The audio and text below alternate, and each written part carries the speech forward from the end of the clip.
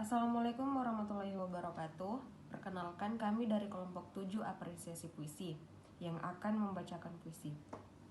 Perkenalkan, saya Kusnul Khotimah sebagai pembaca pertama, Ahmad Sanusi sebagai pembaca kedua, Nurhalisa Jumain sebagai pembaca ketiga, dan Fitri sebagai pembaca keempat. W.S. Rendra dalam karyanya Seonggok Jagung. Seonggok jagung di kamar, dan seorang pemuda yang kurang sekolahan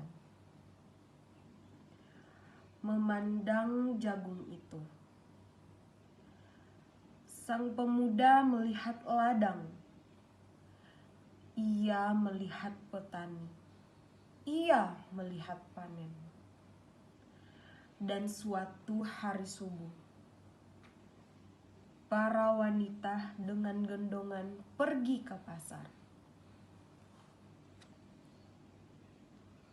Dan ia juga melihat suatu pagi hari di dekat sumur, gadis-gadis bercanda sambil menumbuk jagung menjadi maizena.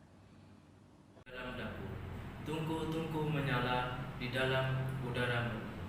Tercium bau kue jagung. Seonggok jagung di kamar, dan seorang pemuda ia siap menggarap jagung. Ia melihat kemungkinan otak dan tangan siap bekerja. Tetapi ini seonggok jagung di kamar dan seorang pemuda tamat SMA. Tak ada uang, tak bisa menjadi mahasiswa. Hanya ada seonggok jagung di kamar. Ia memandang jagung itu, dan ia melihat dirinya terlunta-lunta. Ia melihat dirinya ditendang dari diskotik. Ia melihat sepasang sepatu Kenes di balik etalase. Ia melihat saingannya naik sepeda motor. Ia melihat nomor-nomor lotre. Ia melihat dirinya sendiri miskin dan gagal. Seonggok jagung di kamar tidak menyangkut pada akal, tidak akan menolongnya. Seonggok jagung di kamar tak akan menolong seorang pemuda yang pandangan hidupnya berasal dari buku dan tidak dari kehidupan. Yang tidak terlatih dari metode dan hanya penuh hafalan kesimpulan. Yang hanya terlatih sebagai pemakai, tetapi kurang latihan bebas berkaryanya. Pendidikan telah memisahkannya dari kehidupan.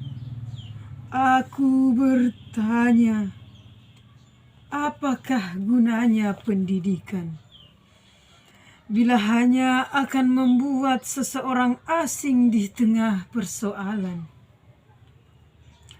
Apakah gunanya pendidikan bila hanya mendorong seseorang menjadi layang-layang di ibu kota? Kikuk pulang ke daerahnya.